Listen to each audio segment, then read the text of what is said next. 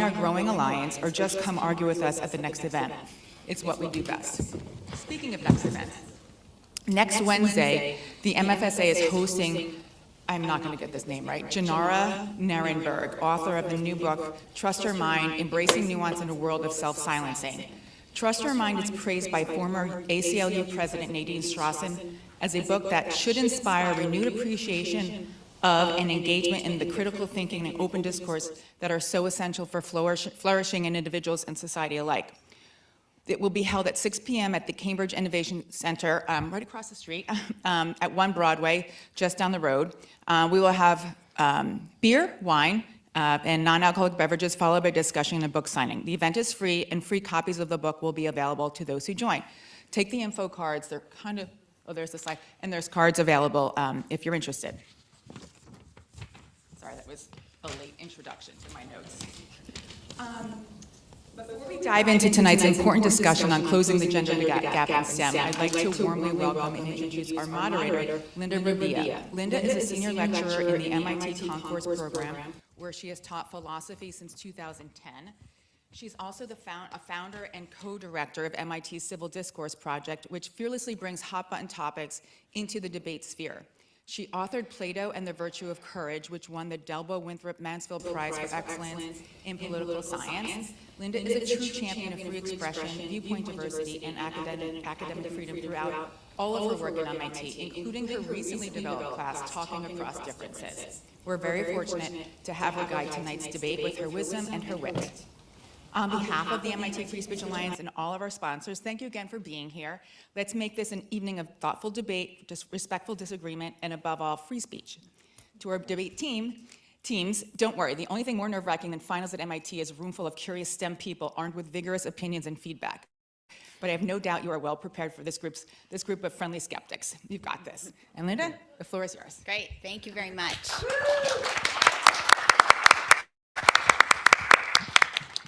So thank you. I'm grateful to the MIT Free Speech Alliance and all the co-sponsors for organizing this debate. Since its founding in 2021, the MFSA has been an essential partner here at MIT in fostering lively, vigorous debate that promotes the highest purpose of the university, the pursuit of truth. MIT is a world leader in the research and development of math, science, and technology, and it is so because it's a community of deeply curious individuals who want to understand the world as much as to improve it. To understand the world, however, includes knowing the nature of the human beings who inhabit it, and to improve it requires understanding what it means to live well. And while these questions don't involve integrals or wave functions, they can be just as vexing, if not more so. After all, they touch on issues about which we human beings have a tremendous amount at stake. So consider the resolution for tonight. Resolved, we must close the gender gap in STEM. This topic inevitably addresses nothing less than questions of fairness, justice, goodness, nature versus nurture, and the inevitability of chance. No wonder we tend to shy away from discussing it. But to be true to MIT's mission, we must do so. If we shrink from examining an issue because it might be perceived as offensive, hostile, or immoral, we will be unprepared for the tasks of allocating limited funding resources, and establishing policy priorities, both of which require we see issues clearly rather than as we want or hope them to be. Moreover, our own grasp of the world and of the human situation will be impoverished insofar as we have failed to subject our opinions about these things to rigorous examination. MFSA debates are crucial to advancing these goals because most importantly, they provide an opportunity to have those conversations that we tend to avoid. They push us to confront uncomfortable positions and thereby to learn something, even if in the end what we learn is a more solid foundation for our original view. So these debates contribute to the vital spirit at MIT that no topic, however unpopular, is simply off limits, and indeed that it is especially the unpopular topics that must continue to be addressed. And as a STEM institution with close to gender parity among undergraduates, we are perhaps an especially good place to host such a discussion. So, without further ado, let me introduce to you the highly qualified and distinguished women of our debate teams, and then I will briefly outline the rules for the debate, whose resolution you have right before you. Resolved, we must close the gender gap in STEM. So, for the affirmative team, we have on my left, Jennifer Roecklein-Canfield. She's a professor of chemistry at Simmons University. And in addition to over 30 years of research, including into the mechanisms of viral host interactions, Dr. Canfield's career has been dedicated to STEM education. As a member of Massachusetts Governor's STEM Advisory Council and by creating opportunities for women in science at local, regional, and national levels. Dr. Canfield has recently been selected as a fellow of the American Society for Biochemistry and Molecular Biology and serves on its Committee for Women in the Field. She also serves on multiple organizations that advocate for the economic and social empowerment of women and girls, with a view to ensuring equitable access to STEM education and careers.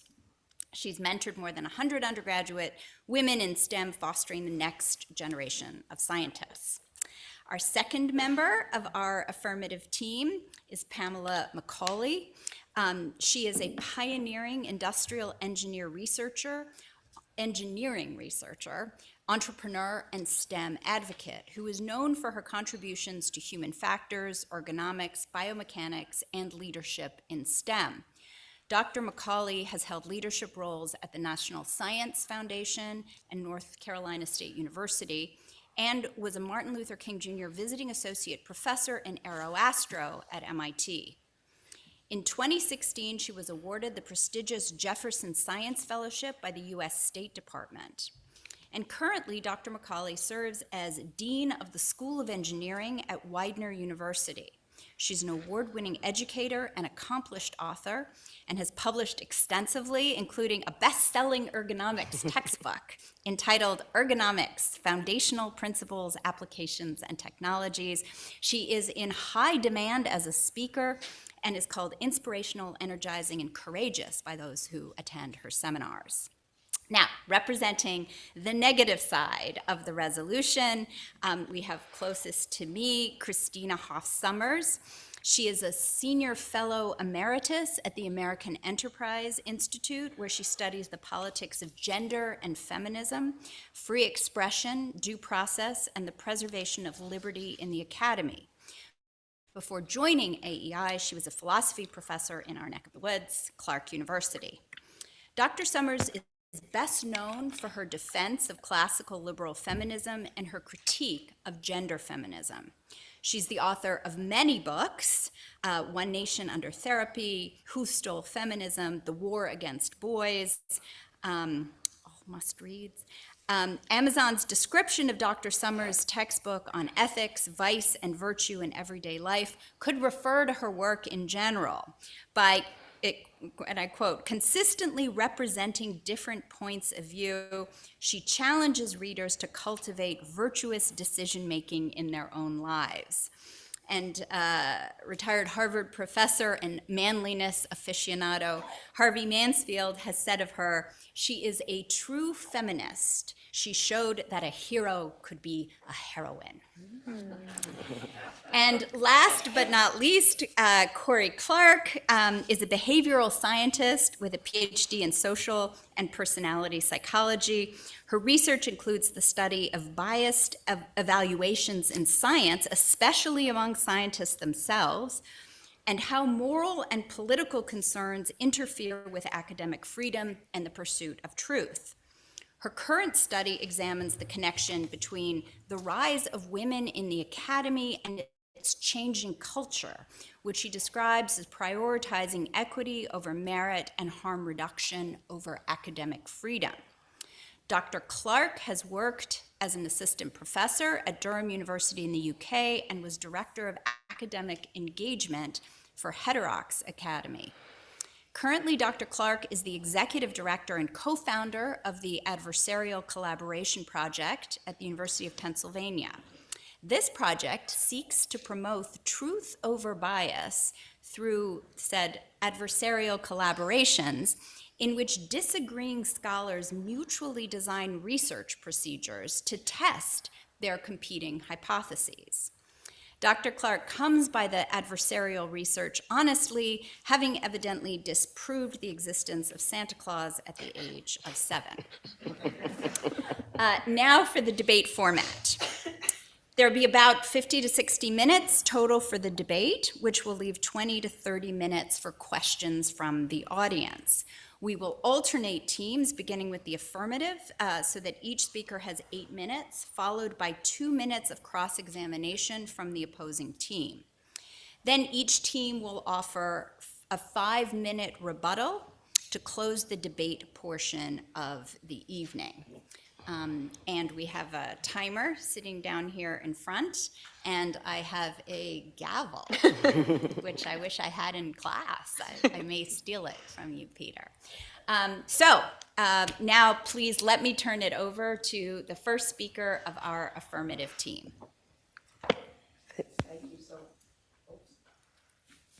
Thank you. Thank you so much.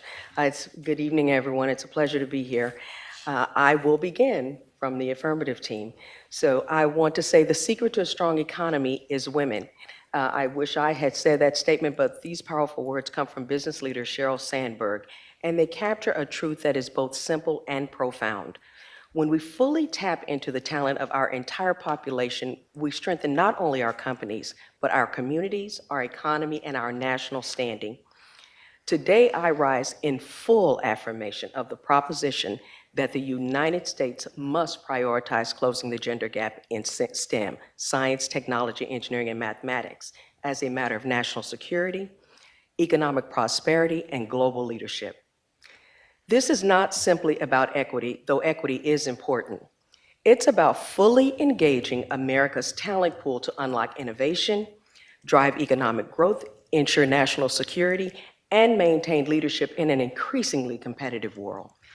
I would like to take a few moments to make 4 points to stress the validity of the proposition that the United States must prioritize closing this gender gap.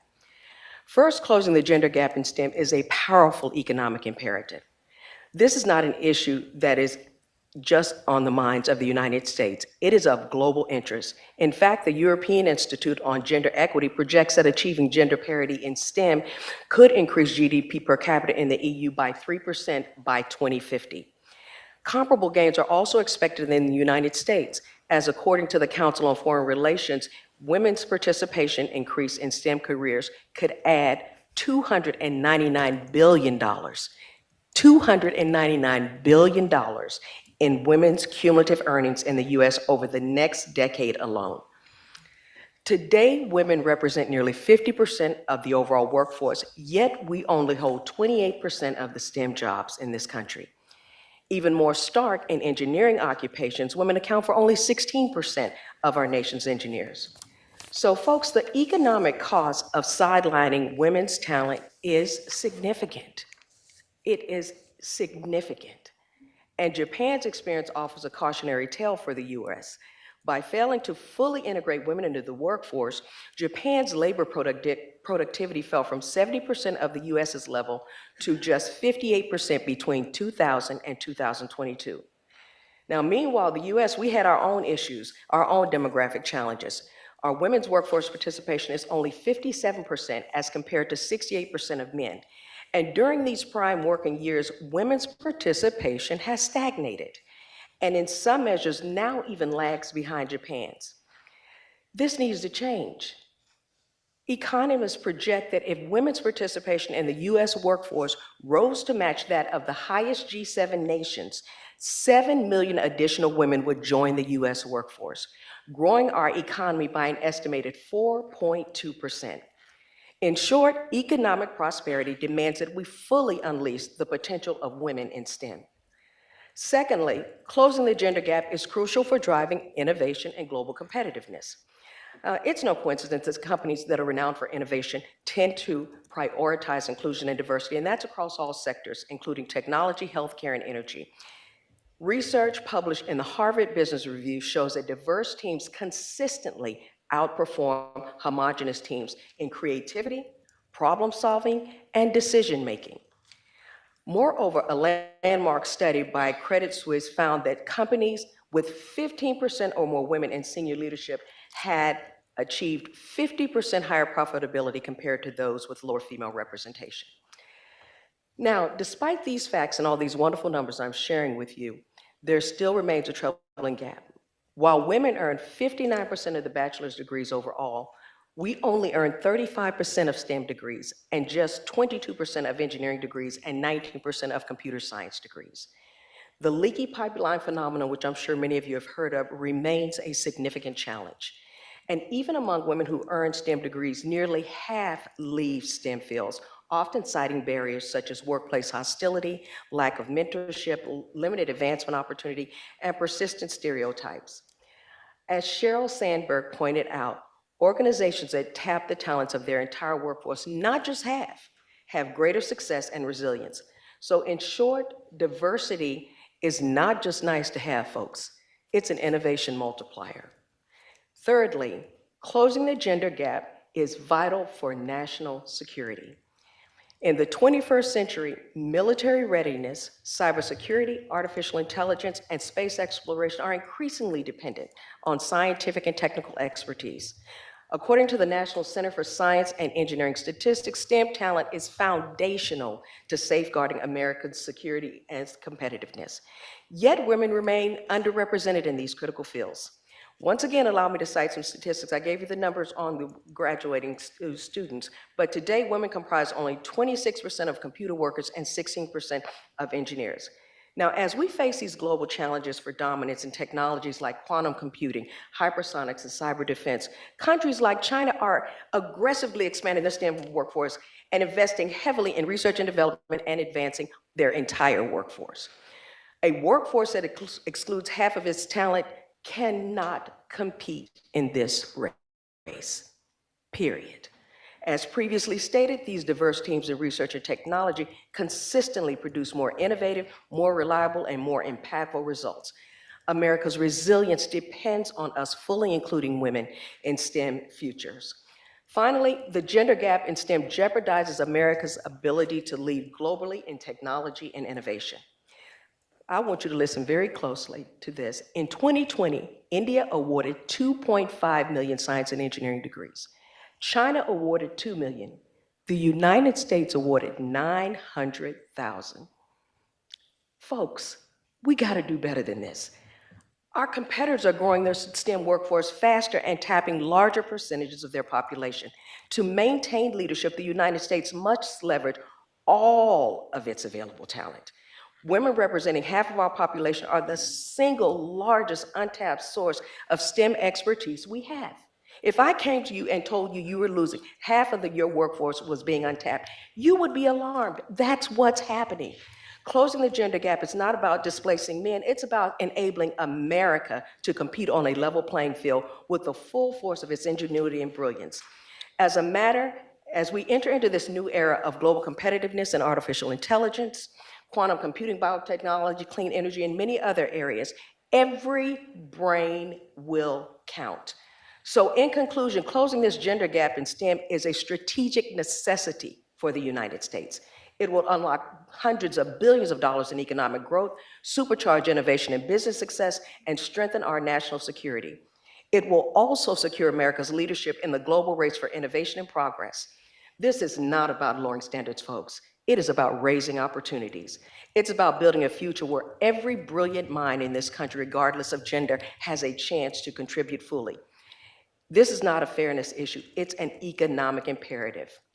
Let us choose a future of inclusion, let us choose a future of innovation, Let's close the gap and unleash the full promise of America. Thank you.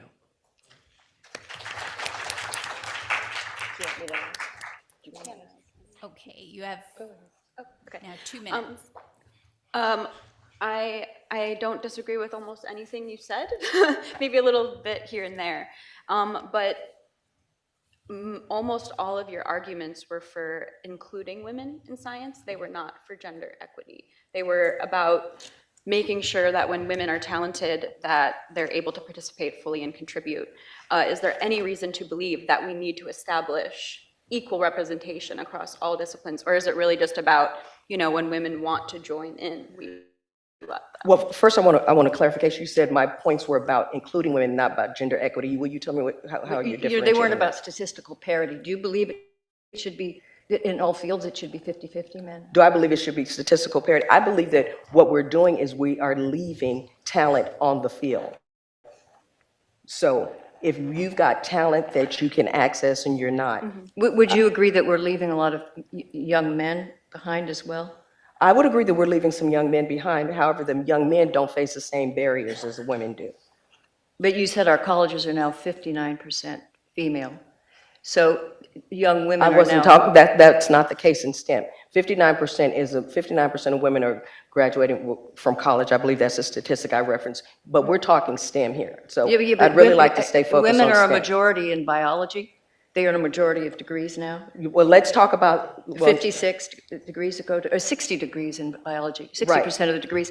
I but think no, it's- so stay right there, stay right there. Okay, so if you're talking biology, you heard the statistics on computer science, you heard the statistics on engineering, the statistics in math, okay, and physics are similar. So we cannot say that we have achieved parity whatsoever in STEM.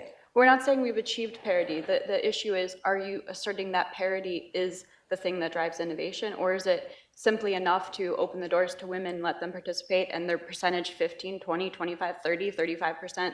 These are all valuable contributions. We don't need perfect 50-50 representation across all disciplines. Did you want to say something, Jen? Because I have a lot I can say to that. We're winding up, though. What's that? I think we're winding up on the cross-examination. Okay, well, no, because I think point. my comments were very clear. It is clear that there are barriers that persist that prevent women from entering STEM and also from succeeding, and many women leave STEM. I wrote a whole book about it, okay? So there are issues, and so am I saying that, no, it's not enough for us to say that you can come and get a STEM degree when we're not making efforts to create an environment that allows them to flourish and succeed. Okay, thank you. All right, can we have our first speaker in the negative, please? All right, I think this was a good order of operations because I think everybody on this stage agrees that the inclusion of women in STEM has contributed to scientific and ethical progress. I don't deny that at all. Everyone agrees that women deserve equal opportunities, and everyone agrees that women who are interested in STEM should be encouraged and supported to pursue those interests to the fullest. The debate is not about inclusion and encouragement of women. It is about closing the gap. It is about pursuing equal outcomes in STEM. This goal, the pursuit of equity, is based on the false assumption that current sex differences result from oppression and other barriers against women. Instead, these sex differences are the outcome of a free society where men and women pursue their strengths and interests. Pursuit of equity undermines this freedom and requires intolerable top-down social engineering that pushes both men and women further away from their goals. One of the most robust and broadly true findings in psychology is that girls and women are relatively more interested in people, and boys and men are relatively more interested in things. And so women tend to be attracted to organic fields of study, such as social sciences, humanities, biology, and medicine. And men are relatively attracted to inorganic fields of study, such as engineering and the physical sciences. When educational and career opportunities opened to women decades ago, they made rapid progress and have surpassed men in the disciplines that interest them, and most disciplines, in fact. They have not reached parity with men in physics and engineering, not because sex barriers were held up in only these disciplines while they crumbled in all other disciplines, but because women, on average, have less interest in these disciplines. This is not a deficiency of women, and it is not a deficiency of society that needs to be corrected. even among men and women in the top 1% of mathematical ability, where they all have the competence to pursue any discipline in STEM they want to, the women are still more interested in disciplines involving people. And mathematically gifted women are also more likely than mathematically gifted men to also be verbally gifted. They're more balanced, which is a typical female advantage.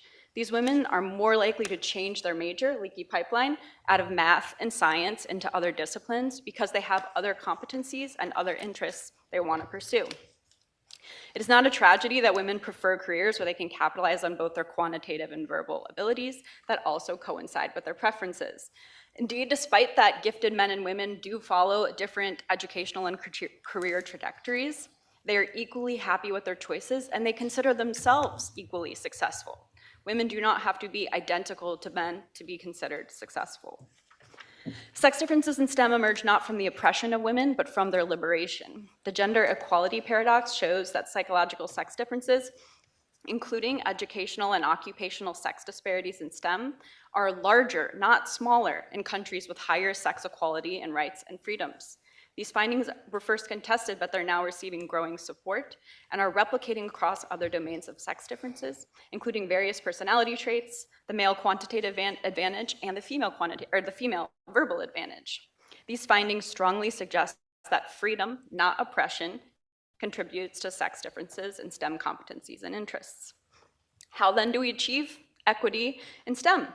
This requires top-down social engineering that is a mix of soft coercion against women and illegal sex discrimination against men.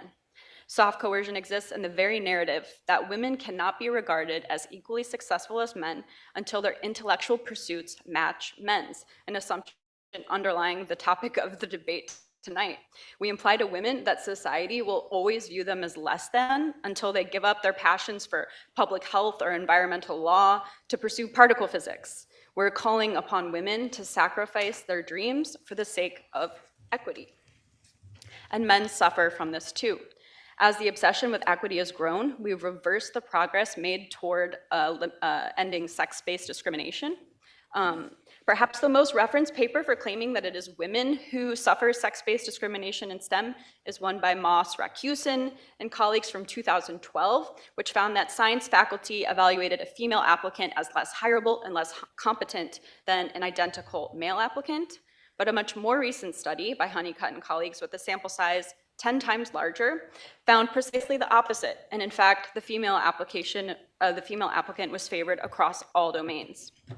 Similar experiments have been conducted for tenure-track hiring, in which faculty judge the competence and hireability of identically accomplished male and female job applicants. The most cited of these by Steinpress and colleagues is from 1999, and it found anti-female bias. But 6 others, all more recent and all with much larger sample sizes, found the opposite.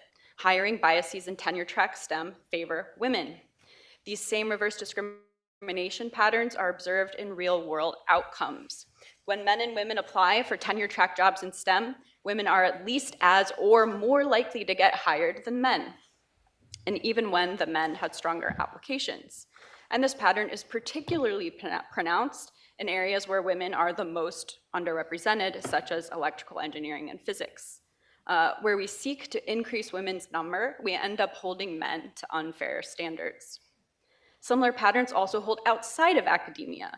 A recent meta-analysis by Scher and colleagues included 44 years worth of field audit studies, every study ever known to be conducted, in which identical male and female applications were submitted for real jobs. 30 plus years ago, for stereotypically male jobs, women were discriminated against. This did happen, and that is true. But this disappeared over time. And as in 15 years ago, and now increasing into the present, really, men are now discriminated against for these jobs. In contrast, for stereotypically female jobs, females always have been discriminated in favor, and we continue to discriminate in favor of women for those jobs. So we've essentially eliminated, or we failed to eliminate discrimination against men for female professions, and we've introduced discrimination against men for male professions. Why this moral regress? Because this is what it takes to force equity.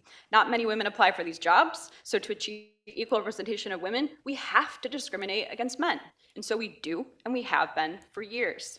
Some may contend that this is fair, given the advantages men had decades ago, but those were different men. Why should young men today suffer discrimination? Because young men in 1970 received certain advantages. This response, righting past wrongs by committing more wrongs, plagues a new generation with old problems and creates yet another justifiably aggrieved class. To end the cycle, we must stop, not reverse discrimination. In a just society where men and women are free and encouraged to pursue their strengths and interests, we will not have perfect parity in STEM. This is not a tragedy in need of correction. It is instead the true benefit of diversity. Different people have different competencies and interests, and so they're able to skillfully and happily fill different roles. Rather than enforcing sameness through top-down social engineering, we should celebrate women's strengths, interests, and pursuits as they are and not in comparison to men's. That's all. Thank you.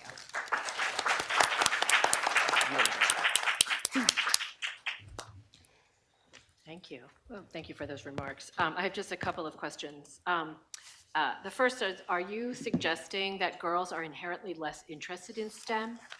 They are, yes. Not all STEM. They're less interested in the inorganic fields, like particular branches of engineering and physical sciences. So you've referred to those as masculine interests or male interests, and I just want to know what you're basing that assumption on, because the National Girls it's not an Collaborative. assumption, it's a lot So the of National research. Girls Collaborative Project has been doing studies for the last 15 years on. I wouldn't at the trust an point- advocacy organization to study this. It's an area. NSF-sponsored program, and the data and the reports are NSF-sponsored, so it's a granting. So we are held to the standards of our formal reports to NSF. And we have found that most girls, up until the age of around 11, 12, have equal interest in things that you've now referred to as masculine subjects, such as engineering and building and things like that. And that it isn't until the social constructs of middle school and then high school that they begin to be dissuaded from these. So I'm just curious as to how you are suggesting that girls are inherently less interested in STEM. There's a lot because of studies show research that's not true. There might be studies showing that is not true, but there are a lot of studies showing that is true. There's a study, David, I don't know how to pronounce his last name, somebody does, Lee Urbinsky or something. He studies David mathematically Lubinsky, yeah. precocious youth, starting with 12-year-olds, but tracking their progress over time. And this is including girls and women that are extremely mathematically talented, but they still have, relative to men, they have more interests aligned with female interests. And this continues to be true up. And there's a lot of research on, you can look at women's interest in people and men's interest in things, and this corresponds to all kinds of different questions you can ask them, including their career preferences. Okay, And educational Well, attainment. no, Perfect. there's no I credible. think we're at 2 minutes. Okay. So if you just want to. Yeah, I was just going to say, societal expectations, the fact that you call those masculine, that is a societal expectation. It's a that is very- That is description getting, based yes, on data. No, what you did is what the problem is. Societal expectations and what we believe are male fields, those are things that discourage young girls into pursuing I don't careers in believe STEM. that But Yes. almost every field was, in academia, was once a male field. And women Say again? men dominated every academic field until the 1970s or 80s, things began to change. And there were many areas where women just went in and redefined. That's still no them. reason to call it a male dominant. Sorry, excuse me. I think we need to move on Okay, to the okay. next. Thank you. So we'll now have the second speaker, the affirmative. Excellent, thank you. All right, so I'd like you for a moment to imagine a world where our greatest challenges, climate change, pandemics, global food insecurity, all of these problems are only being tackled by half of the available talent. That's what happens when women are excluded from science, technology, engineering, and math. Women, as my esteemed colleague said, comprise 48% of the total workforce, but only about 28% of the STEM workforce. To tackle the world's pressing challenges, we need her voice. We need her creativity and her leadership in STEM. The future of our planet depends on diverse perspectives and inclusive innovation. The future of the Earth needs her in STEM. So today, I stand firmly for the motion, we must close the gender gap in STEM, not just because it's fair, but because it's essential for our collective future. As Dr. McCauley mentioned, she talked about things at the meta level, society, the global perspective. I'm going to take us down to the individual, to the woman herself, to the 6-year-old girl in a classroom who likes to play with Legos and do math problems for fun. So I'm going to talk about some of the advantages that women get from being included in STEM careers. So my first point is about economic empowerment and financial independence. STEM careers offer some of the highest paying, fastest growing jobs in the world. The median wage for STEM jobs is more than double that of non-STEM roles. Women in STEM achieve long-time financial security and help close the gender wage gap. This is not just about pay. It's about freedom, stability, and opportunity. Women in STEM fields consistently earn more than their peers, and that creates a direct path to financial independence. So here are just some statistics for you. I'm a scientist, I'm going to give you some numbers. On average, STEM professionals earn about twice what the average job or wage earner in the United States earns. So that's about $90,000 to about $45,000 for non-STEM occupations. The gender pay gap actually is better in STEM, believe it or not. Women earn about 74 cents on the dollar to men, as compared to 67 cents in other non-STEM jobs. There's a high demand for many fields like data science, computer science, engineering, biotech. These are all experiencing talent shortages. This demand drives up wages and offers strong negotiating power for skilled workers, and this will now include women. But compensation includes more than just salary. There are enormous comprehensive benefits that come from being in a full-time STEM profession. Paid parental leave, retirement contributions, stock options.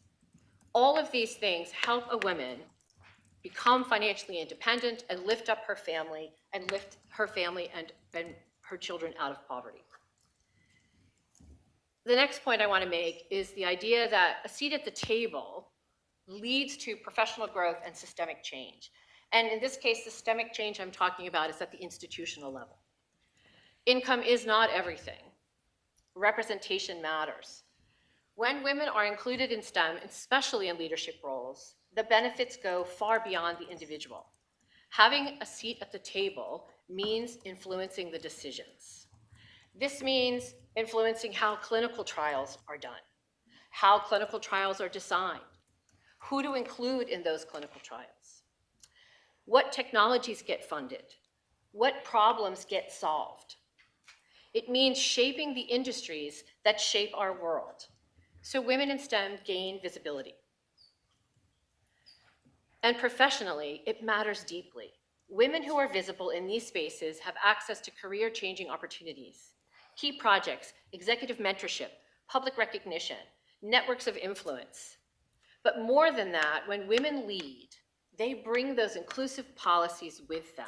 So the institution benefits. The corporation benefits. It transforms the workplace culture, creating better systems for everyone. My colleague mentioned, of course, diverse teams bring more varied perspectives, leading to more innovative solutions. That's one example. We have improved employee retention and satisfaction. Inclusive workplaces contribute to higher job satisfaction and lower turnover rates. This benefits the corporation that's not expending funds to hire new individuals. We get a broader talent pool and economic growth. So across the board, these institutions, by encouraging more women to pursue STEM careers, expand the talent pool. And finally, I want to talk about inspiring the next generation, something that I am particularly passionate about because I've devoted the last 30 years of my career to this. Girls need role models in STEM to envision their future. Exposure to female mentors doubles the likelihood of girls pursuing STEM careers. Let's not call these masculine or feminine interests.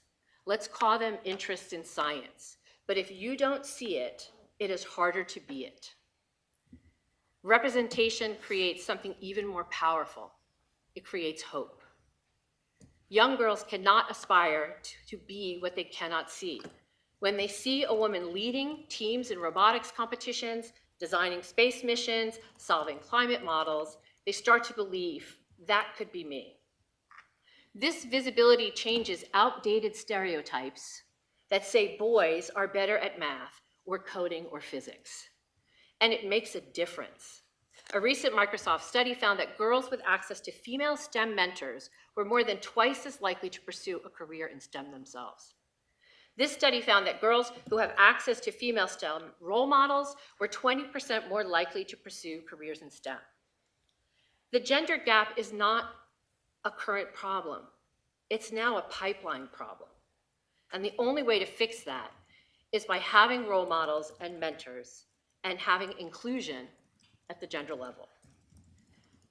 Two specific examples I'd like to mention is the idea of enhancing confidence and retention by creating a sense of belonging. There was a longitudinal study published in Nature Communications that demonstrated that female engineering students who were assigned female peer mentors maintained higher levels of confidence and motivation throughout their college years, and were much more likely to complete those Bachelor of Science degrees. Undergraduate research experiences show that research with female research mentors reported that students reported that their experiences were better prepared them for careers in science, and they were perceived as more effective role models. So in conclusion, we have a moral imperative. This is not just a matter of statistics. This is a matter of justice. Girls grow up being told they can be anything, and yet too many doors in STEM are still locked, or worse, pretend to be open while biased systems decide otherwise. Closing the gender gap in STEM is not a favor to women, and it does not disadvantage men. It's a responsibility to fairness, to equity, and to the future. The data doesn't lie. Our opponents say the gap is closing, but in fields like computer science and engineering, this is not true. There are real-world impacts from vaccine development to climate modeling. Future generations are watching. Every time a young girl sees a woman lead in tech, build in engineering, or discover in science, she sees what's possible. Visibility matters, mentorship matters. We must close the gender gap in STEM. It is not just a fight for fairness, but it's a fight for our future, economic justice, innovation, and for the millions of girls who dream of changing the world. Thank you.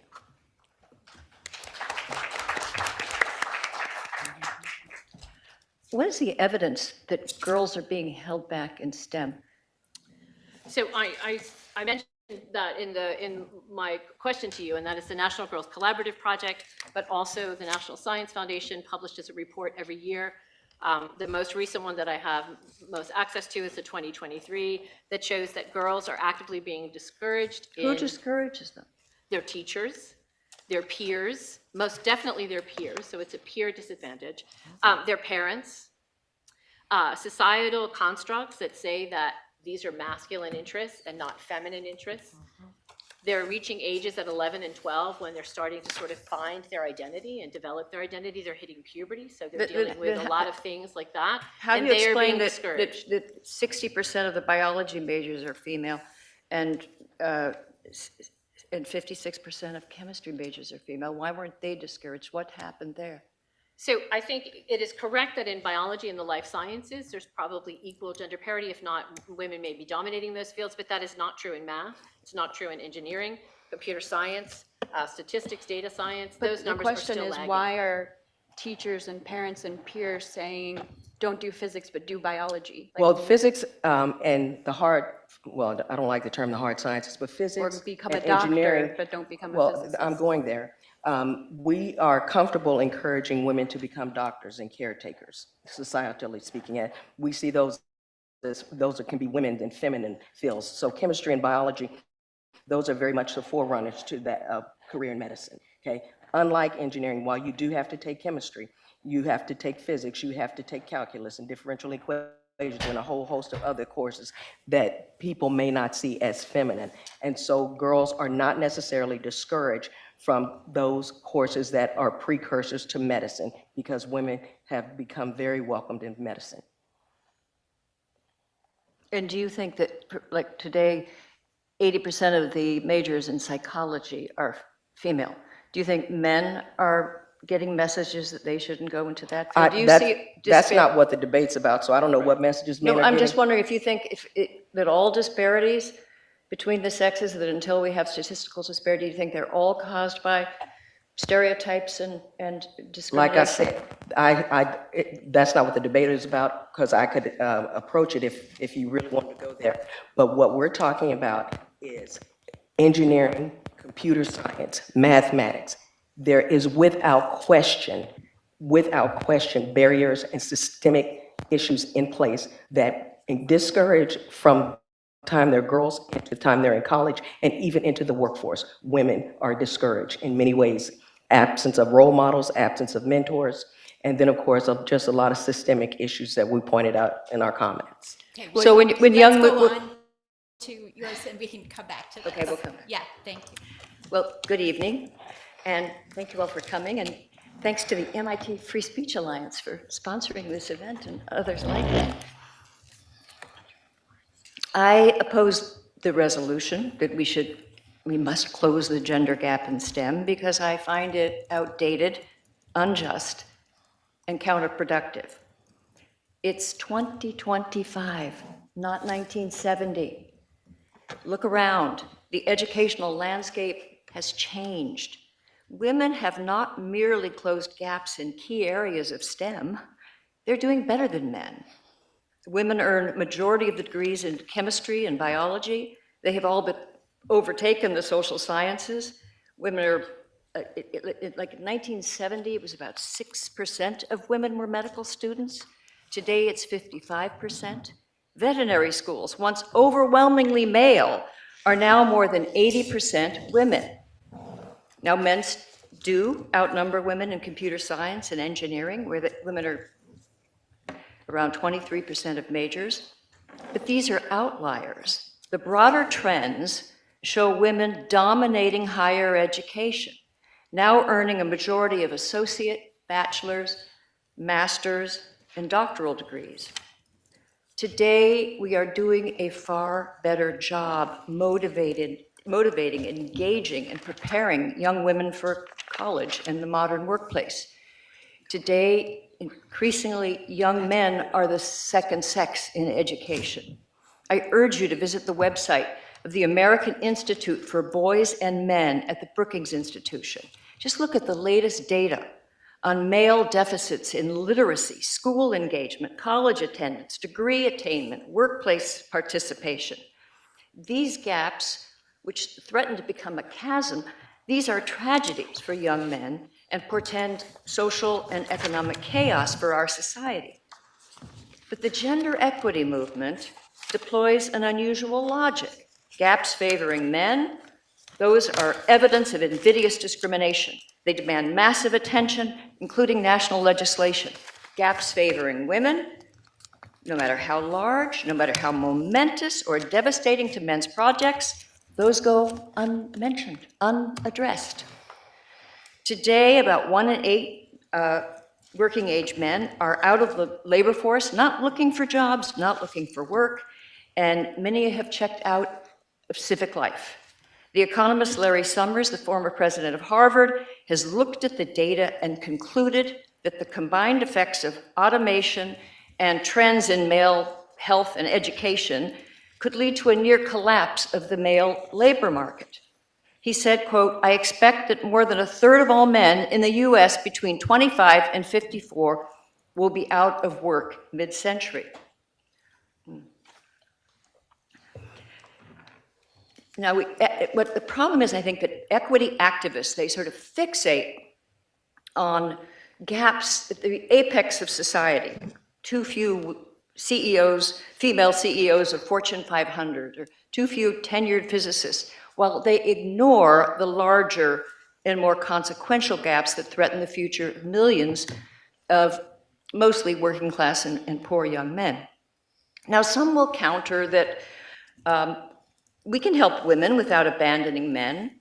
You might say, why not fight bias and discrimination and neglect, large and small, wherever we find it? Just because men are struggling doesn't mean we shouldn't help women.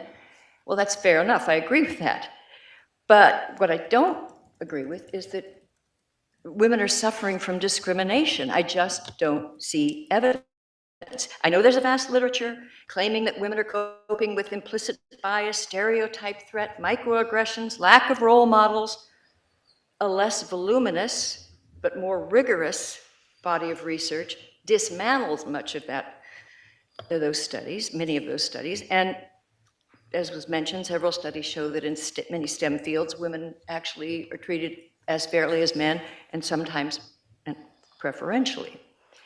But let's put the research aside for a moment and just consider this question. If it's true that bias and stereotypes, lack of role models, these are primary barriers to women's achievement today, why didn't they stop women from advancing in biology, veterinary medicine, psychology, and all the other fields once dominated by men? Look what's happening in law schools. In 1970, 9% of law students were women.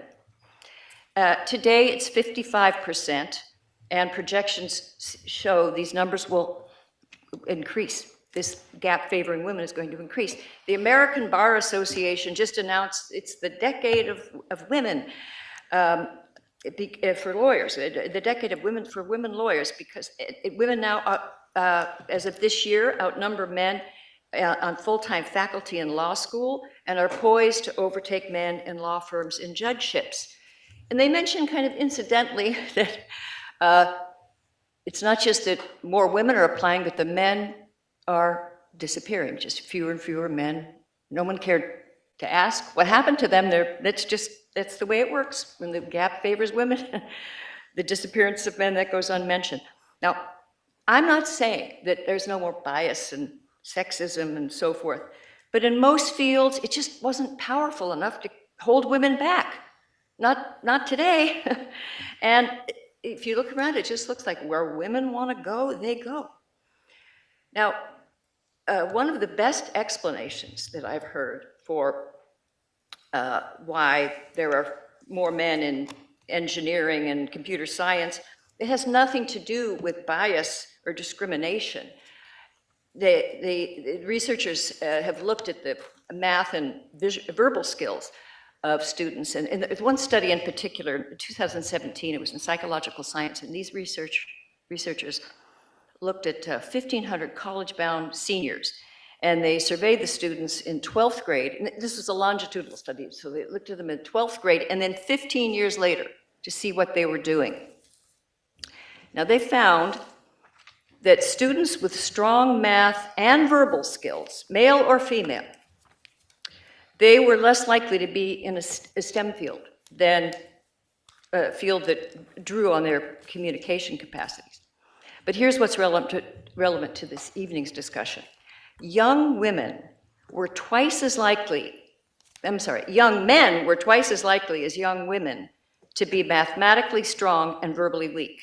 70% of the young women, 70% more young women than the young men excelled in both areas.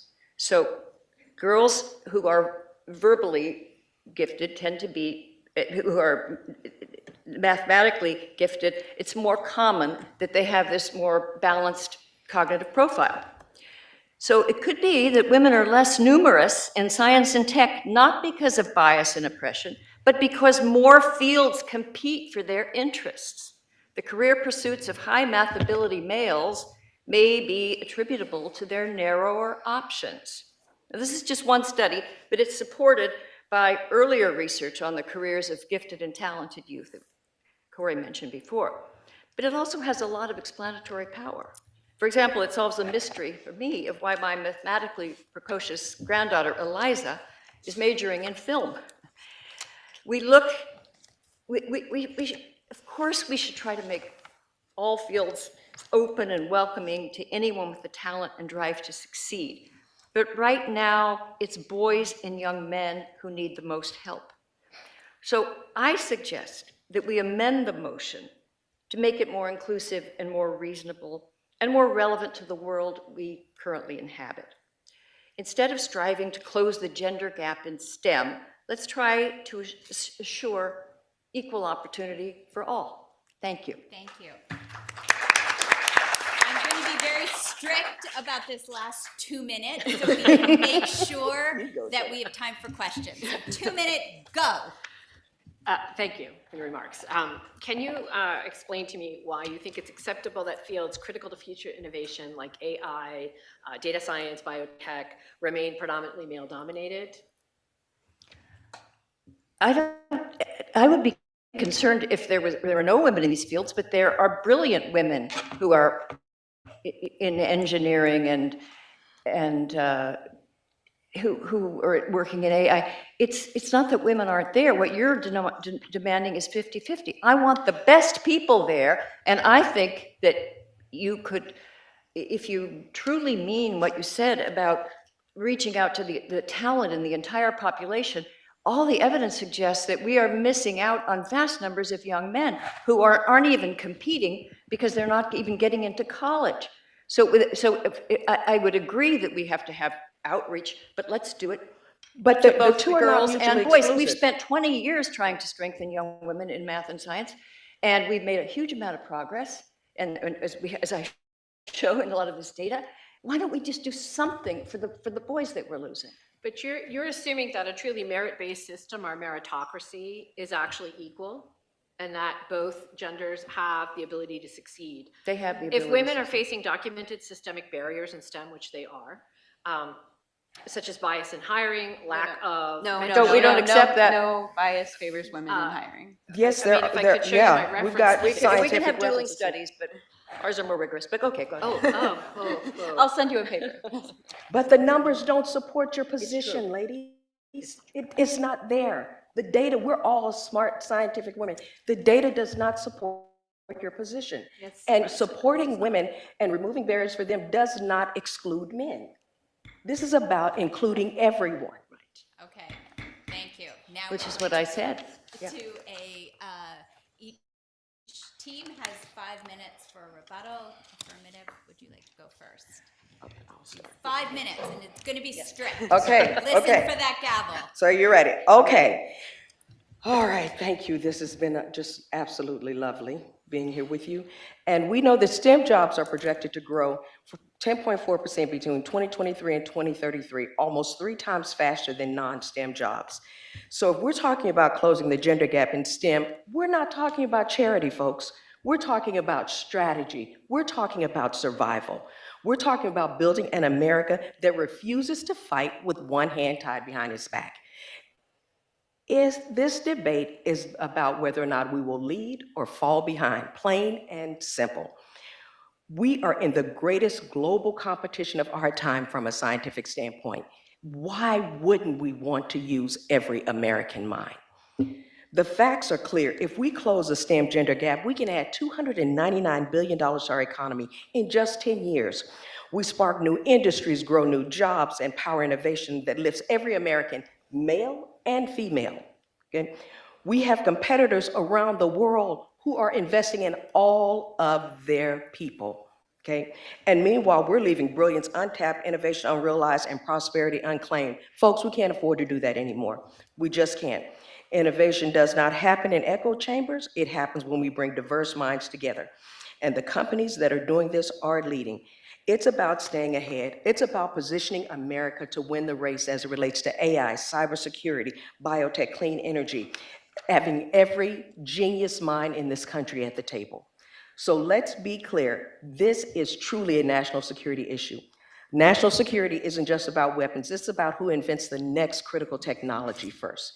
And we must have every available mind, including those brilliant, innovative minds of women at the table.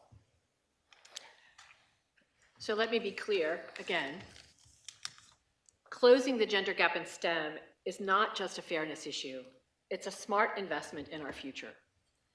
First, it empowers women financially, economically. It offers greater stability, and women in STEM build wealth, security, and independence. It creates leadership and change. Women with a seat at the table have greater influence they make greater decisions, they shape inclusive policies, and they break the glass ceiling, paving the way for others to come after them. Third, it inspires future generations. When girls see women in STEM, they believe it's possible. Mentorship and visibility are key to fixing this pipeline problem. This does not exclude men. It simply invites women to the table, and it invites women to participate in the economics of shaping the future of this country and this planet. And finally, it's not just the right thing to do, it's a strategic thing. Diverse teams solve problems better. Diverse teams find innovation faster. And this helps industries thrive, and it helps economies thrive. Closing the gender gap makes STEM smarter, stronger, and more innovative. This is a fight for talent, progress, and equity. We cannot afford to leave half the population out of the future, particularly in the fastest growing fields in STEM that includes biotech, AI, data science, physics, and engineering. Thank you. They are demanding, the other side is demanding statistical parity between men and women in STEM, which is a quota. It's based on the assumption that that absolute equality between women and men in all fields is a reasonable goal. But what if men and women, on average, don't share identical interests and aspirations? What if in the pursuit of happiness, they pursue somewhat different paths? As a growing body of evidence suggests this is the case. A quota system requiring gender balance in university programs in engineering and computer science or psychology and early childhood education would succeed only by coercion and social engineering, not free choice. We have spent, your presentation, I've heard presentations like that 25 years ago, and they made sense back then. But we have spent the last quarter of a century, I mean, the number of programs to inspire girls, to help girls, there's been just an unbelievable amount of activism around closing the gaps where girls were lagging behind. They've caught up, they've moved ahead of boys, and today it's the young men that we have to worry about. But what worries me, what I'm hearing from my colleagues, is that you don't seem to care. You don't even seem aware of how bad it is. And you don't seem to sympathize with the idea that we did for almost a generation, we've had all this activism to strengthen young women, and with some good effects. Now it's time to do something for the boys, and I just hear no support for that. Now, I know some people roll their eyes and say, well, there was patriarchal oppression for generations, and now finally the girls are getting ahead and finding their way. Isn't it time that women and girls enjoy advantages? I understand this impulse, but I think it's misguided, because I became a feminist in the 1970s because I did not appreciate male chauvinism. I still do not, but the proper corrective is not female chauvinism. And just to turn around and practice treat men with indifference and not care about their deficits. Fairness today requires that we address the serious educational deficits of men and boys. The rise of women, however long overdue, does not require the fall of men. Anyone who takes a serious look at what is happening in education has to be concerned about young men. And several times we've been talking about the need to reach into the population for all the talent. There's a massive loss of talent, and it's what's happening to the male workforce is something that should be of great concern, not just to men, but to women, because it's not a zero-sum game. And I really do feel the women's lobby is captive to this idea that it's that they represent Venus against Mars, and that Venus must win at all counts. Well, it's not a gender war. It's not a zero-sum game, and men are our brothers and sons and husbands, and we're in this together. So I suggest once again that we could amend the motion in the direction of fairness and sanity. And instead of striving to close the gender gap in STEM, let's try to assure equal opportunity for men and women. Thank you. I'll just quickly add, I pulled up some of the data showing the bias in hiring. This is an analysis by the National Research Council of actual hiring data in tenure track jobs in geoscience, engineering, mathematics, computer science, economics, and physics. Women were hired at rates greater than their presence in the application pool. There are many other studies showing the same thing, but that's a good one because these are literal tenure track decisions by the National Research Council. That said, I just wanted to note that I have not heard one argument yet for closing the gender gap for parity or equal representation. I've heard arguments for inclusion, which we support, for not holding women back, which of course we support, for allowing women who are interested in STEM and who are good at STEM to excel in STEM. And we want them to be as represented in STEM as they ought to be given their interests and their talents. And all of the arguments forwarded by our opponents were for that, which we agree with. The issue is this obsession with parity and equity and equal representation, which might not occur naturally. And given that the differences we observe in STEM are perfectly aligned with differences in explicitly stated preferences by men and women, they correspond with the different cognitive benefits. I'm almost done.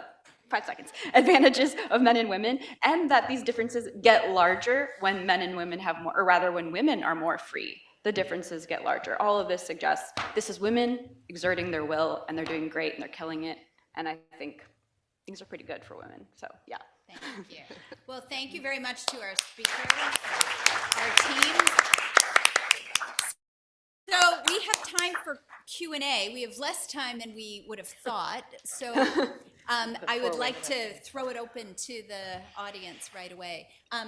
Do we have microphones? Yeah, there's a microphone. There should be a microphone on this side. So if you wouldn't mind just going up and standing behind the microphone to ask your question. Unless, yeah. Do we have one on this side? Yeah. Okay. So Professor. Yeah. Yeah. Professor, who then? Thank you. Hi, this was excellent. It was very rich, and I liked that there was some tension, some actual tension and real disagreement. So I want to ask the negative side a question to start with. Just a simple question is, would you agree with my belief, and I believe a belief of the affirmative side, that there are, in fact, sex differences in inclinations, preferences, not necessarily skills, but interests? Is that something you would agree with, or do you not think that's possible? Do you think that any differences that do exist, for instance, are purely a result, say, of social influences? And would you say there's pretty much zero contribution of biology and evolutionary pressures that might help to explain the patterns that we do observe? So we're the pro. Are you asking? Sorry, the pro, not the pro. Sorry. Yes. So I think you're asking the nature versus nurture question in a small way. I'm a biochemist by training, so I do believe that there's biochemical differences, and there are gender differences in inclination and things that boys and girls are interested in. But I think collectively, at a certain point in time, girls are actively discouraged from pursuing interests in math and science. And it is that piece that really bothers me, because even if there are small differences in their inclination, whether you want to build Legos to build a hospital or build Legos to build a rocket ship, you still want to build Legos. You still want to be an engineer. And so when you actively discourage that, then you may lose some of those talented people who want to help people, but only see the path for them is through medicine or nursing or through caring for people. Yes. So I think that you, the affirmative and the negative, are in some degree of agreement about that. and I think you could even work with, let's just pretend or assume for the sake of argument, that there is discrimination, active social discrimination in some way, or discouragement against girls and women from entering the harder sciences. Even if that were the case, wouldn't you expect that these even small natural, something like natural differences, always of course in interaction with the quote gendered culture, which we do have one, and there may be a significant amount of subtle, systemic discouragement. Even if that were the case, wouldn't you expect there to be differences, especially at the highest levels of achievement or representation in STEM, of women versus men, and also taking into account the fact that the distribution of male traits and abilities for almost every trait and ability is flatter than it is for women. So you would expect to see more men out at the high end of these distributions. Can you clarify what you mean by achievement? So MIT physics professors. So even if you have an equal average, say, aptitude or skill level between the sexes, if just the mere fact of a flatter distribution for men is going to give you more men who really suck at physics and more men versus women who are going to be exceptionally talented, not because they're more talented overall. So if you combine those two sort of natural differences, even in the face of, if you were to address the cultural discouragement, then wouldn't you expect a difference in representation in these more demanding, I would say more demanding, they're the most, they demand basically the highest IQs, I think, in some ways, or the hardest sciences. I think if we're talking about highest levels of achievement, if you're implying that being a physics professor at MIT is the highest level of achievement, right? It's a highest level. Okay. As someone who's not an MIT professor, but I think so I agree with what you're saying, that there might be sucky physicists who still achieve, who are male, because they're male. But I think what we're missing is that there's implicit bias, systemic structural challenges for women. There is hiring bias. I know there are many studies that my colleagues here quoted, but the reality is, even at the assistant professor level, for example, you may see 50% women represented in some of these biological fields, but at the full professor level, those numbers drops consistently. Those professors were hired 30 years ago. And I think No, that, I'm yeah, sorry, but also I'm only answering the 20%. question. Excuse me, I'm answering the question. So I think that if we're talking about highest levels of achievement, we are seeing actually greater disparity. I think if you're looking Absolutely. at college majors, students who are undergraduates in college, you may see 50-50 representation, but you don't see 50-50 finishing their degree. You may see 50-50 in a graduate program, but you don't see 50-50 going on to a postdoctoral fellowship, right? We're starting to see these numbers start to drop off. And I argue that those are really systemic, structural, and cultural biases that exist, whether explicit or implicit, they exist. Okay, I don't think it's nature. let's get to It's not. another Thank you. question, if that's okay. Thank you. I am a professional woman in science. I founded a company, was CEO. I am on the boards of 5 companies. I am routinely the only woman in the room. That's still the case. It's very much the case in business. The issue that you raise about the faculty positions, when I was an undergraduate, half the students were women in the zoology department and 0 faculty, 0. That was true in chemistry, that was true in botany, it was true in physiology and pharmacology. Even when I was finishing up graduate work in a postdoc at Johns Hopkins, I was a Duke and then Hopkins, no women. Now you have a few, but very few that are making it to the highest levels, and there are a lot of barriers to prevent that. But when you leave the academic world and you go out into industry, it's actually, in some ways, it's more of a meritocracy in industry, but it's still at the higher levels, So do you have a question? tremendous barriers. Are you going to ask it in terms of a So, question? so I'm going to come back to your questions about, I'd love to hear comments from you. Why is it that the barriers are still there in the upper levels in business? I think probably most of this is not due to barriers. It's not to say there are no barriers, there are. There are sexist people, of course there are. I don't think most of that difference is due to barriers. Part of it is what Carol mentioned, it's the higher distribution, or sorry, the higher standard deviation among men. And so if you look in the top 0.01% on almost anything, there are 10 times more men than there are women there. Also, there are massive differences in how many hours men and women want to work. Even among the most mathematically, most intellectually gifted women, they are greatly overrepresented among people who want to work 40 hours or less or 50 hours or less, whereas men are greatly overrepresented among people who want to work 60, 70, 80 hours a week. And so when you're talking about people who work 80 hours a week and who have a 170 IQ, like, not many women are going to fit that profile. They don't want to spend their whole entire life in their office. And I don't think that's terrible. Like, people who want to do that, men, women, they should do it. But, you know, I think to expect equal representation in those positions is very unrealistic. Entrepreneurs are not getting their chances. They aren't getting the funding. Women entrepreneurs get funded at a tenth the rate that men entrepreneurs do by venture capitalists. There are still systemic barriers here. And in the uppermost regions where people look up to those people, that's where those barriers still I exist. looked up. You know what, we have a lot of questions, so we really want to make sure we get to I everybody. really want to Thank you. address Go the ahead. not wanting to work 60 hours Sorry. when you are the sole caregiver or the child caregiver or the elder caregiver. Yeah, gonna- that's important. Okay. But that's a it's You biological. can hard to come work back with and that. answer the question thank you. in Sorry. another Thank you all. response to someone Now, else. I was surprised to hear from neither side discussion of parenting, and this isn't an inherently gendered issue. I want to be a father, and I'm consciously choosing a career that's going to be more flexible for that.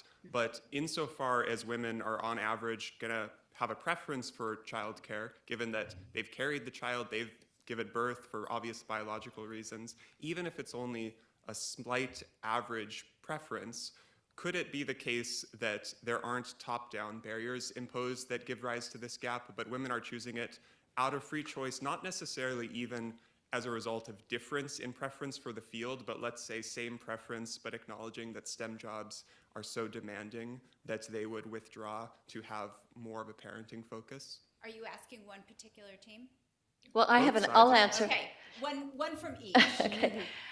I've seen a lot of data, but most recently from the Pew Research Institute, looking at preferences, male, female preferences in the workplace. And there are about 20% of women who are high-octane careerists, want to work whatever it takes to get the top of their field. 20% who would prefer to stay home and not work at all. And then 60% are, they call adaptives. They kind of, when they have children, they want to withdraw a little bit and then stay out and then maybe work part-time and eventually go back. Men and women have different preferences about how they arrange their lives. And I would like to be a society that respected people's choices. Now, to hear our opponents, you would think that we're living in the dark ages and young women have no idea that they would earn more money if only they were petroleum engineers instead of going into being botanists or so. They didn't know that. Of course they know that. They are the most informed, I think, empowered, self-determining generation of all time. But they still evince a preference for having a family, and typically the women have a stronger desire to withdraw from the workplace. They have a more tenuous attachment to the workplace. And you can revile against that, you think that's a bad decision, but that's at least something we could debate. It's not just a given that this is a bad thing, that women have these preferences. And you could try to change them, people have, but it's very hard to change people's preferences. And at a certain point, it becomes coercive. And then what is it about your preferences that are so much better than theirs and all that? In a free society, I think there has Let's to let be the some affirmative respect. team. Yes. Yeah, okay, well, and I'm glad you mentioned the parenting, but you're young. I got my first engineering degree before you were born, okay? And so women were working 40, 50, 60 hours a week easily then. Work-life balance did not exist. And so I don't think that is necessarily, today I'm truly very pleased as a dean to have a work-life balance approach to my college so that my male and female faculty can all leave to pick their kid up from school, because I still know they're going to do a great job.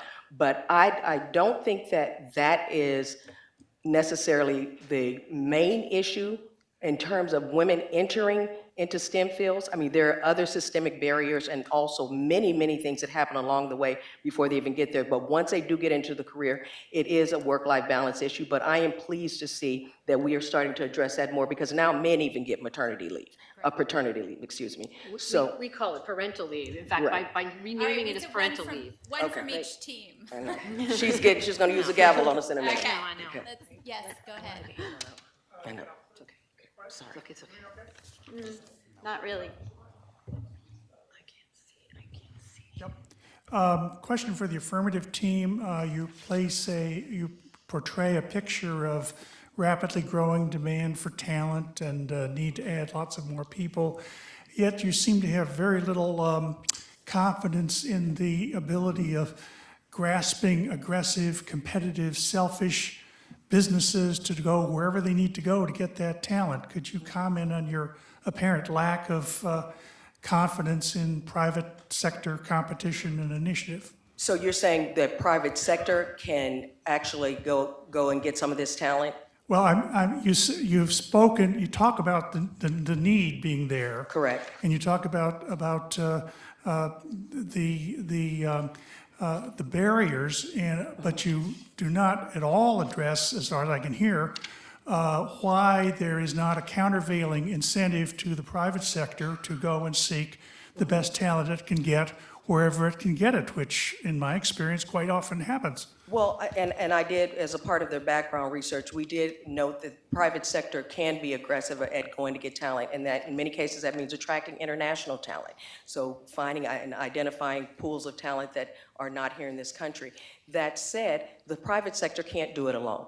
There are many systemic barriers in place, and also in the private sector, once again, you have many of these systemic barriers that we mentioned throughout our conversation today. So I'm not minimizing the private sector's ability to go out and get talent. The fact of the matter is that a lot of the talent that can be groomed and developed is not being developed. Now, many private sector corporate social responsibility units will fund initiatives at the high school level, at the college level, to try to increase those numbers. So we are seeing some things take place in the private sector, but the private sector alone cannot do this. This needs to be a systemic effort to address these, what we know are systemic barriers. Well, you say systemic, but I don't understand what that is other than culture, one person's attitude at a time, lots of conversations. I haven't heard you call for a law to do that. No, not a law, but you can put initiatives in place such as the NSF Advanced Program. The National Science Foundation has the Advanced Program, which has had tremendous Not success anymore. in increasing the number. I know, thanks to who y'all voted for. But anyway, the National Science Foundation, we have seen changes when you have programs in place. We haven't seen enough change, but yes, there are initiatives that have been effective at increasing the number of women in STEM fields. But the private sector should do that. We need guidelines and policy in place to support these initiatives. Thank you. Thank you. Please. Hi, I have a question for the affirmative team. So it seems like you've been talking about a lot of initiatives that are trying to close the gender gap in college and grad school. And at the same time, you've been talking about, well, we are opening opportunities for women, but we have nothing against men. How does that square with the kind of very limited number of spaces in colleges? As far as I know, MIT class size, for example, hasn't grown in ages. You want to take that? What is the question? So the question is how do you square, we want to increase the representation of women, we have nothing against men, but this is a zero-sum game at the college level. Did you not hear the statistic that we're seeing a 10.4% increase in STEM jobs from 2023 to 2033? So there are more jobs and there are people, men or women, to take these jobs. I'm not talking about the jobs, I'm talking about the at the undergraduate level. The We're talking about undergraduate students' position, class right? sizes. Right. So we're not arguing against meritocracy. We're saying that it isn't a meritocracy. Exactly. Okay, that the systemic biases that exist are making it such that it's not an equal playing field. We are saying open up the field for everyone, and by that I'm going to say that the letters, the DEI initiatives that I was funded by NSF until a week ago. We're saying we need to open these up for everyone, and I think this is not disadvantaging men. It's saying men have had a long time dominance from the 70s, I was there then as well, and now to 2025. And what I'm saying is that we need to be sure that the field is open for all, and that some of these implicit biases are gone or not in place, or that there are structural ways to prevent discrimination at the application level, at the entry level, at the first early career job level, okay? So the only statistic I can add to what's been talked about, so ETH Zurich is completely open, there's no limit to who can apply, and it's still 33% women. Okay, thank you. Yeah, thank you, sorry. Yes, please. Thank you all for a very lively debate.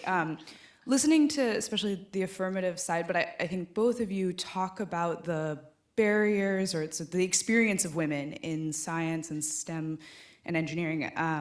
Something that comes to mind for me is the question of, so you talk about the need for mentorship and for examples for women, and I wonder what you think about, I guess, that pointing in the direction of gender segregation in education and even in the workplace, that if the problem really is that women need to see other women and be supported by other women, maybe who understand their priorities, even who understand some of the challenges that they face, physically or with respect to family priorities, wouldn't that point in the direction of women teaching women in women's schools or women colleges or, programs for women, more so than maybe changing policies in a gender integrated way? Right. That's an excellent question, and one that I grapple with often, because Simmons University is a small liberal arts college for women, or women-centered institution, and we talk about this all the time. Are we training them in an artificial society, an artificial world? Because when they get out into the real world, it's going to be different. But I think what's most important is that if you are mentoring young women, starting at the high school age even, or as far back as middle school, to develop their own voice, to develop their own interests, to develop their own advocacy, and to navigate and negotiate successfully, then they will be able to function at high levels in mixed environments of all kind, and diverse environments of all kind. I don't think that's a segregation. I don't think having them only be around women or only be mentored by women creates a space for them where they are unable to navigate that mixed, diverse community. I think, in fact, what it does is make them stronger individuals and have a stronger sense of self, a stronger sense of scientific identity, and a sense of being able to belong in whatever space they find them in, and therefore they will be successful whatever environment that they end up working in. And I think that identity is key in terms of seeing someone who looks like you. That said, I've had male mentors. A man can mentor a woman. I had white male mentors, black men who were my mentors, so they were able to guide me and give me support, and they understood some of the challenges and helped me navigate those things. So I don't think we're saying only women can mentor women, but it does matter to have representation, and the studies have shown that when women are exposed to female mentors and role models, that they tend to have a higher level of achievement. And I'll just add that there's evidence that young men, one possible solution to the boy gap in education is to have more male teachers and more all-boy schools or all-boy programs.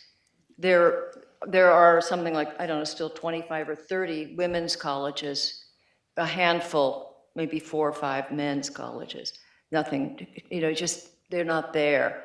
But I would be in favor of having more single-sex, at least experiments to see, because it does seem to strengthen girls in a special way, but it's very good for boys. Okay, thank you. Hello there. So the question is going to be to the negative, and it's my friend who was attending left me with this question, so I'm not going to be able to elaborate much. But assuming that the differences that exist are based on pure choice and temperament, It reads, most US states outlaws prostitution. We widely accept this as a form of social engineering of careers. Parents generally discourage both boys and girls from pursuing careers in prostitution, even when it's legal. Why should we accept that top-down social engineering careers is necessarily negative? If we are in a time of massive social change, as you say, AI and climate change and so on and so forth, shouldn't we pursue social engineering to achieve the HR inputs required for solutions? So the thrust of the question, I think, is why is social engineering always bad? I never said that, and I would not say that. That's crazy. Like, we have all kinds of like laws and norms and things that we Different uphold. categories. But more specifically to STEM, considering the So inherent the reason immense I power would, that it was bad in this case is because it's pushing women away from their talents and interests, and it's resulting in the discrimination against men. These are bad outcomes. There's no evidence that what we need, what makes disciplines and organizations work best is having exactly 50-50 representation in everything. And so given that we don't have any data for that, you need some like really strong justification. What are the benefits? What are the costs? And what we do know is happening is we're pushing women away from their interests and their talents, and we are discriminating against men.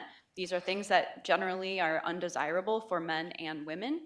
So I think there needs to be a stronger justification if we're going to do that. Prostitution, I mean, people maybe have different attitudes about whether that should be allowed. But I don't have strong attitudes. Like, I'm not opposed to, encouraging people to do what's good for them. In this case, we're encouraging people to do what's bad for them. That's the problem. Can I? So, assuming you mentioned the 1970s and then the biases that existed then don't exist now. I mean, my grandmother is 1940s, and she influenced me heavily. So, if these differences existed, 2 generations ago only, social engineering is going to be partly, at least, necessary, especially if it's concerning things that have immense power, like AI and climate change and so on and so forth. I mean, like, maybe, yes, sure, if temperament isn't a factor in it, isn't the choice of women in these things that make massive change, especially with AI now, is going to be necessary, even if social engineering is an aspect of it. I'm not sure what you mean. What's the question? What is necessary? Well, the question is, like, if STEM holds a lot of power, isn't social engineering in part going to be beneficial for women to be decision makers in STEM fields?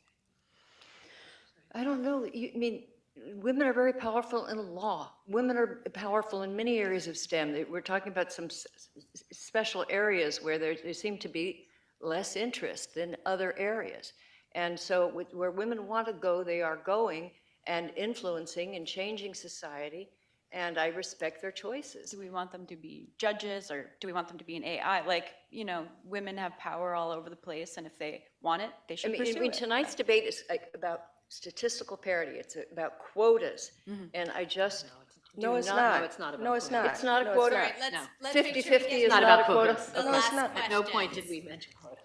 Thank you. And before I ask my question, thank you to all 5 of you for giving us such a lively conversation tonight. It's certainly exceeded my expectations. I have a question about systemic bias and social engineering. And it's an example that's been happening right here at MIT for 20 years, where they have successfully closed the gender gap in undergraduate representation of male and females at MIT. And they have done that very systematically by having the acceptance rate for women be double the acceptance rate for male applicants. And I'd like each team to comment on that. Is that social engineering, and is that systemic bias? It could be that the females have, that fewer are applying, but they have stronger records. We'd have to see their SATs, I guess. Statistically, Do they publish the SATs? No, that data is held in very, very tight confidence. They never release that data. It's statistically unlikely. Yeah. So I would say that's very likely discrimination happening to get that pattern. Can't know for sure, but very likely. Affirmative, do you have a response? Well, I'd go off script and say I would agree that could be perceived as explicit bias, not even implicit bias, right? Because you're actively recruiting and seeking to bring in greater numbers of women in order to have gender parity. we're not, as the affirmative side, we're not saying those types of biased applicants acceptances are necessary. We're saying that at some point, at the time when young girls are developing their interest in STEM, that they are given the same opportunities as boys, so that they come in with the equal application and equal SAT scores or whatever metric that you're using to measure their acceptance. But I would argue that I would have to unfortunately agree at this point. Oh, with the I'm opposing glad to side. hear that. Well, no, I That mean, would be I think systemic that you bias. probably have a tremendous number of amazingly qualified candidates applying to MIT. My cousin, she's a beautiful young Native American and Black girl, applied to MIT last year to study engineering, and she was not accepted. And she has a 4.0. She's been a scholar, and so I just think you probably have a huge number of applicants. That said, I agree that if you're going to bring in twice as many men as women, you're probably taking a larger portion of that pool. But does that mean that they aren't as qualified as the men? That's the question. I don't think so. Right. All right, for our final question. Thank you. of the evening. Since it looks like I'm last, I'll be quick. One of the questionnaires earlier brought up the topic of single-sex education, but that answer resulted in a discussion of mentorship primarily. This is a very simple statistical question for either team. Is there any evidence or research looking at what percentage of women who attend single-sex elementary and secondary school education, K through 12, go into the STEM fields as opposed to their percentage in the broader graduates out of public mixed sex schools, and similarly amongst women's colleges or universities, do women graduate with a higher percentage of STEM degrees than in the general population of gender balanced or non-single sex universities? We theoretically are eliminating many of the sources, I think, of the systemic bias, and we've heard that men can be mentors just as well, so it may not be necessarily the composition of the faculty. Thank you. So so at the undergraduate level, I don't have those studies in front of me, so I apologize. But there are a number of studies that show that, particularly for STEM majors coming out of women's colleges, they do tend to go on to whatever the next career step is, and then the next measurement of that is whether they graduate from graduate school with a PhD or go to medical school. So those are the numbers that I have. I don't have them here, so I apologize. But there are quite a few studies that show single-sex institution for women who study STEM, they do better, and their outcomes are better. At the high school level, I have only anecdotal evidence from the National Girls Collaborative Project, which I think you called a commission. But we have some statistical data that shows that coming out of single-sex high schools, girls who come out of single-sex high schools tend to choose STEM majors more. But again, I don't have those numbers in front of me, so I apologize. I didn't prepare those stats today. All right, I think unless. I don't did you have know. anything? Yeah, I trust you. Sorry. Well, with that, I want to thank very much for our guests for an enlightening, lively, vigorous, lived up to our requirements debate. So please join me in thanking everybody. And also, if you wouldn't mind, please use that, scan the QR code and fill out a survey. And with that, I bring this debate to a close. Thank you all for coming. You're going to question my survey? You're going to question my name?